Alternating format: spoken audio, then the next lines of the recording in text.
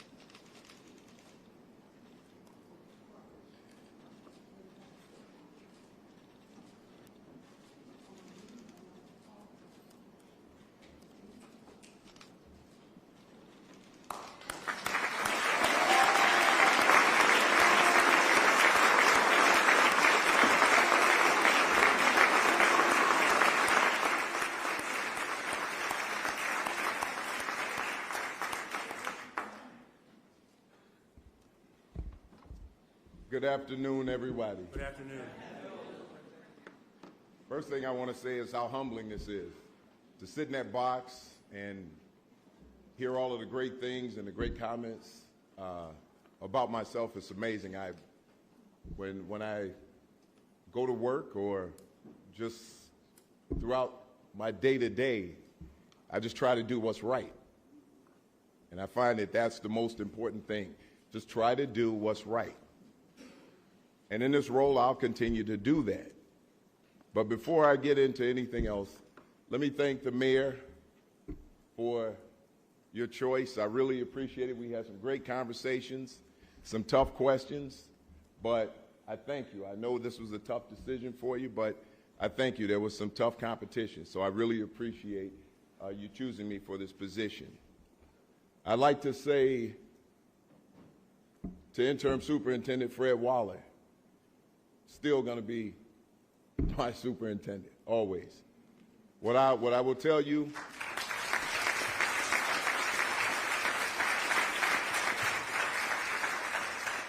what I will tell you about Fred Waller is throughout my career, throughout the time that I've known him, he's always cared about doing what's right.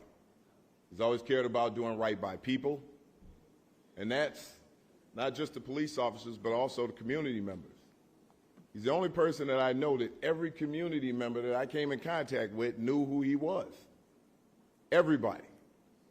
And they would say, can you call me back? You know, Fred Waller always calls me back. So I had to be more Waller-like, right? That was the thing. So I just want to thank you for your mentorship, because I would not be standing here had it not been for you. Had it not been for you recognizing me, had it not been for you fighting for me, I would not be standing here before this council. So I thank you for bringing something out of me that I may not have recognized in myself. So thank you for that. And you'll always be here with me. You'll always be with the Chicago Police Department. Thank you, and thank you to your family for the sacrifices they had to make for you to come back and do this. You instilled something in officers that we haven't seen in a while. You know, you brought back some smiles on their faces. You brought back some confidence. And you did it to the rank and file also. So we thank you for that, and thank you for the time that you dedicated here when you didn't have to, but you did it and you stepped up because you knew you were doing the right thing for your city. So we appreciate you for that.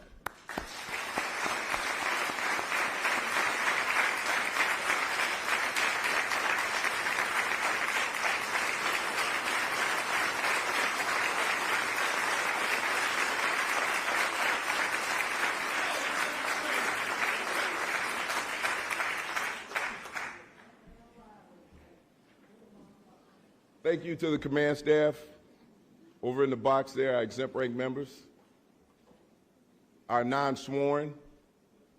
You have no idea how important our non-sworn is in this department. It's not just about sworn members. Our department is made up of sworn and non-sworn. And the work that our non-sworn put in this department and across the city is an amazing thing to do amongst sworn. You know, sometimes we have attitudes, right, because we're sworn. But we can't be separate. We can't be separated. We can't be against each other. We can't have an adversarial relationship. We have to work together as teams, and we have to see each other as equals. And in this is a partnership. And that's how we work together. That's how we're going to continue to work and build upon that. That's how we're going to get better as a city.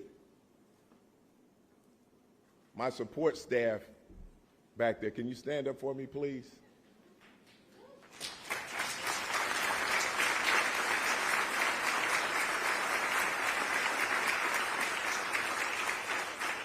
So these are the people in my office on a daily basis I take the bullwhip to.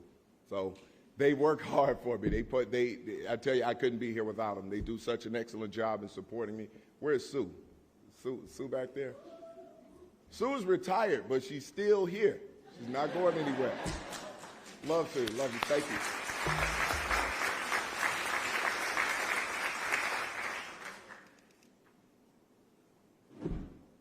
To the commission, thank you during all those interviews for raking me over the coals.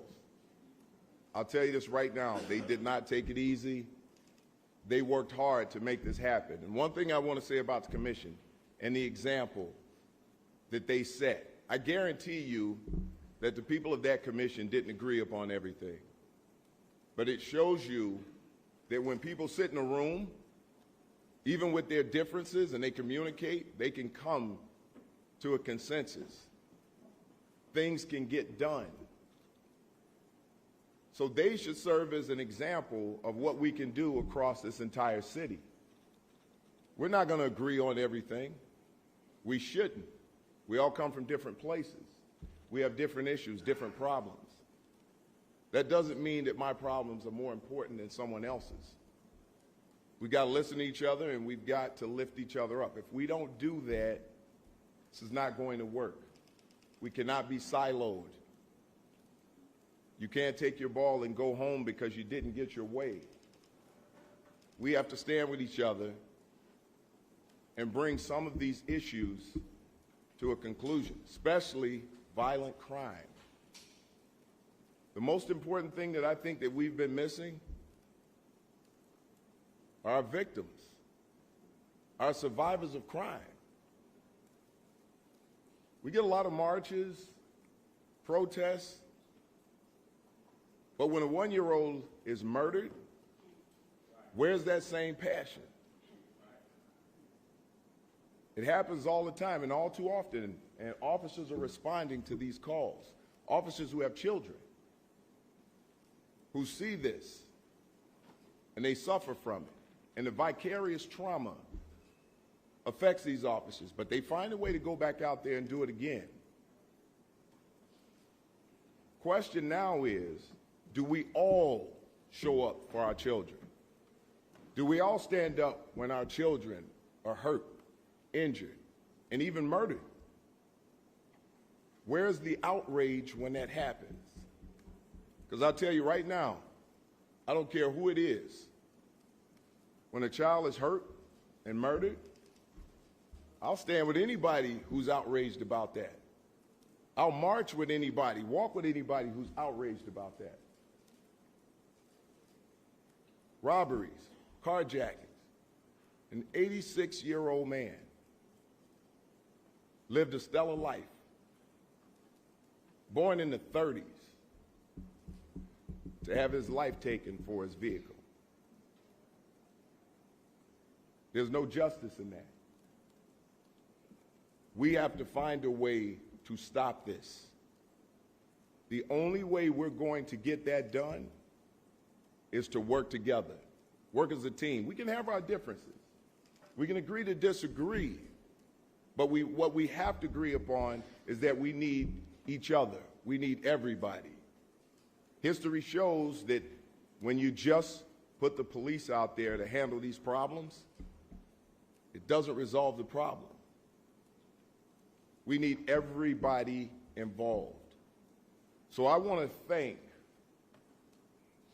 the entire council here today. I feel the excitement in the room about the possibility of change. Let's use that. Let's build upon that. I told you I'm willing to talk to everybody in this room, and I will. We will meet. We will talk.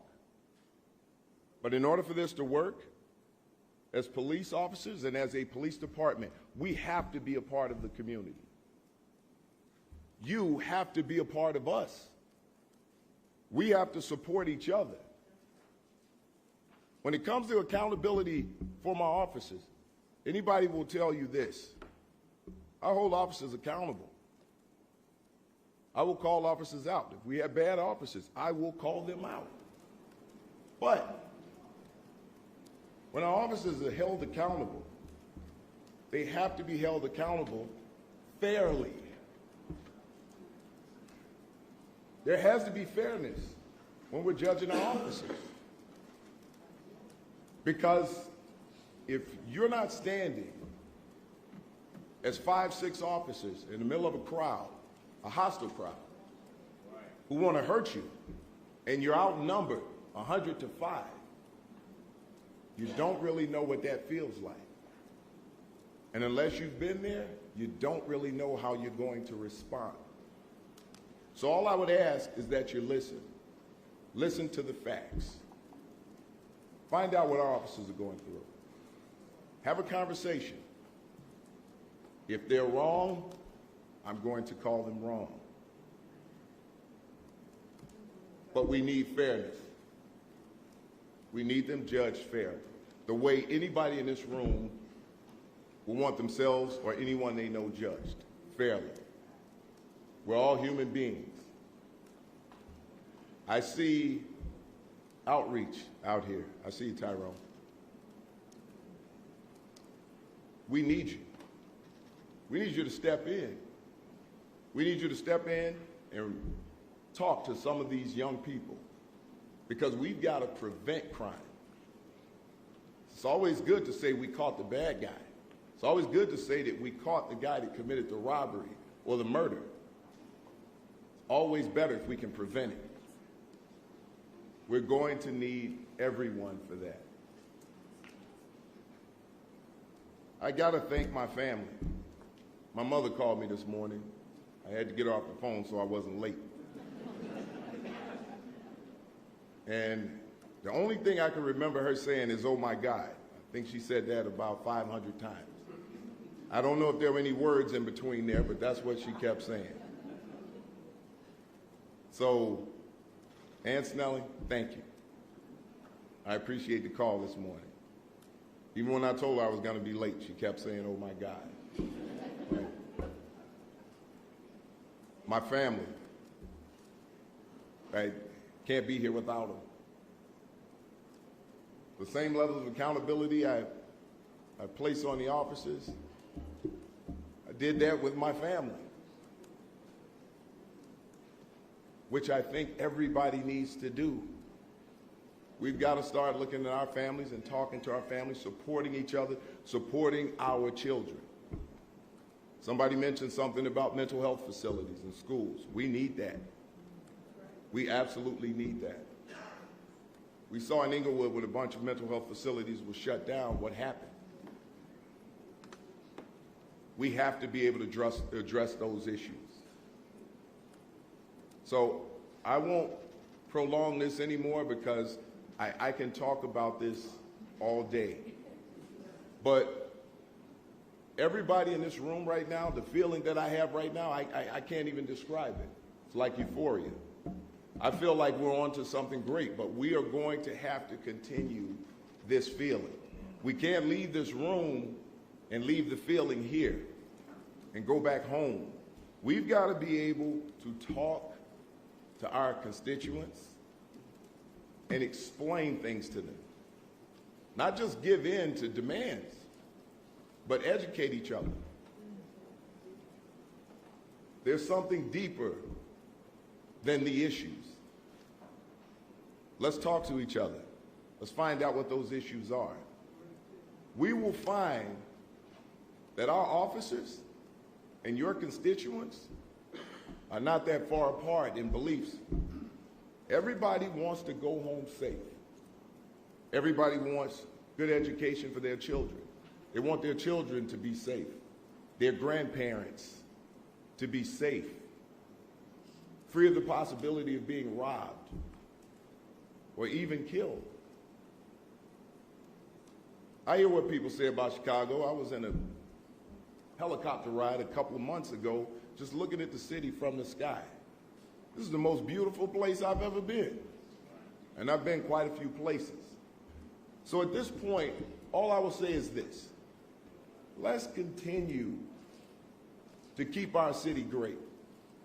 Let's work together and fight to build this city so that it is what we know it is. And we can showcase this to everybody else.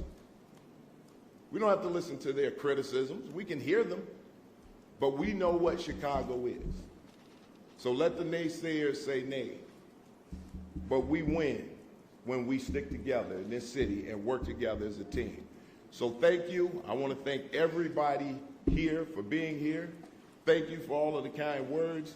And now it's time to get to work.